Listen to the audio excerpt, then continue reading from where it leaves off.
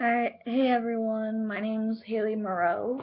Um, I was diagnosed with Tourette syndrome at 6 years old. I am now 16, and I have a friend that is wanting me to do this video, and I have a few questions to answer for you guys. And well, here we go. So number two, I get involved with the Tourette's community there's this page on Facebook called TikTok. I was introduced to it a few months back because I had recently put a video on YouTube of me explaining my Tourette's and how they affect me. Well, it turns out I shared it on Facebook, and a family member told us told me and my family about a distant family member that we've never met who had Tourette's, which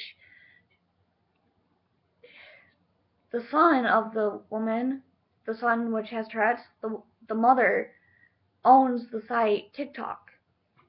So I got in touch with her, and she introduced me to TikTok, and I just went from there with my Tourette's. I have plenty of supporters on there, and it's really great to have people on there who understand about Tourette's, because when you're talking to someone who doesn't understand Tourette's, is it's just hard.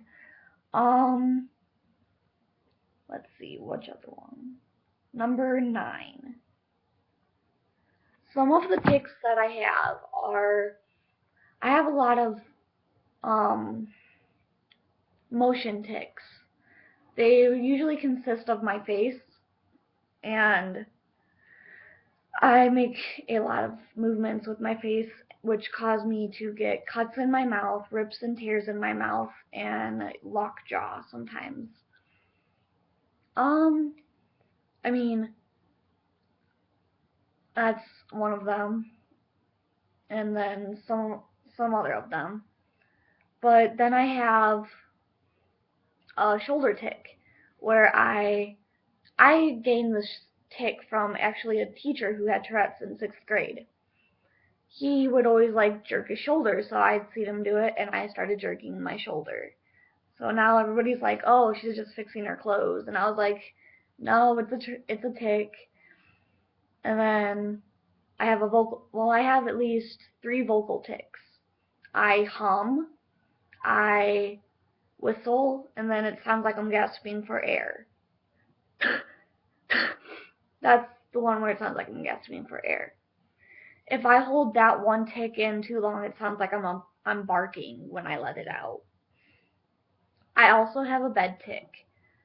So, which a bed tick is for me is when I lay down, everything has to be perfect. Like my pillows have to be a certain way, my blanket has to be tucked under my feet, my everything just has to be a certain way. And to fix that problem, my mom went online because I found what is called a weighted blanket. A weighted blanket, it is customized to your height and your weight. It is to help people with disorders such as Tourette's, autism, and stuff like that. And ever since I've had my weighted blanket, my bed tic has been, I don't know, 85% better than it was. So those are my tics. And then the final question, number 11. The hardest part about living with Tourette's, well, that's a big one, to be honest. My Tourette's, living with Tourette's is really hard when you don't have anyone with you to go through it. Um, it's still hard when you have someone to go through it with you, but it's way harder when you're alone.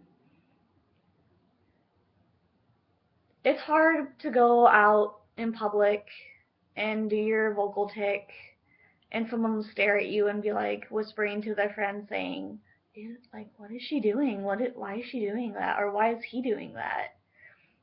So that's kind of frustrating, is when I go into public and people whisper about me. And then at the movies, when we're at a movie theater and it's really quiet and I have to do my vocal tick, and it's so quiet in there, and then it gets really loud. I'm just like, oh, okay. And then people stare and whisper again.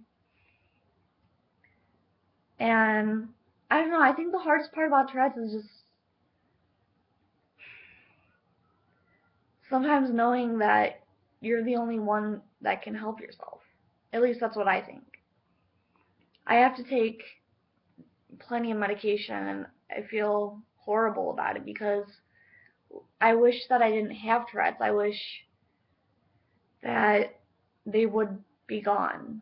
And just, I don't know. I just wish I never had them. Like I said, I was diagnosed at 6 years old and now I'm 16. They say that Tourette's is worse in your teen years. So right now, my tics have been really bad, but I've lived with it. So I know you can too, and there you go.